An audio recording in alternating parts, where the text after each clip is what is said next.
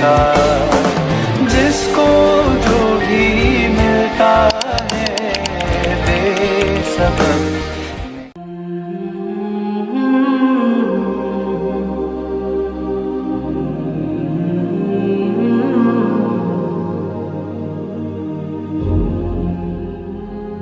Hello,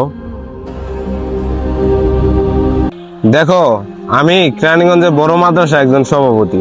আমার টাকা লাগবে, কিভাবে তোমরা ব্যবস্থা করবে সেটা তোমরাই বুঝো। কিভাবে মানে একটা মাহফিলের ব্যবস্থা করো, মাদ্রাসার সব ছাত্রদের টাকা উঠাও, পুরা কেরানীগঞ্জে পাঠাও টাকা উঠানোর জন্য।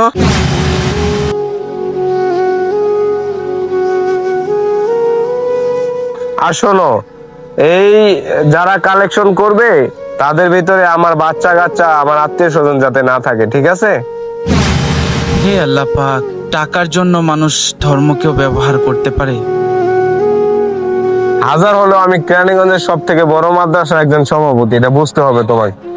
তোমার এই দুনিয়াতে আর কত কিছুই দেখবো। ঠিক আছে, আর আমাকে বিরক্ত করো না, আমি এখন নামাজ পড়ে বের হইলাম, টাকাটা ওঠার পরেই তুমি আমাকে ফোন দিবা।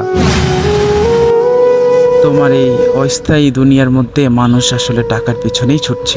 যারা টাকার জন্য ইসলামকে ব্যবহার করছে, ইসলামের মান ক্ষুণ্ণ করছে, তাদেরকে আপনি অসংখ্য হেদায়েত দান করেন অথবা তাদেরকে আপনি ধ্বংস করে দেন।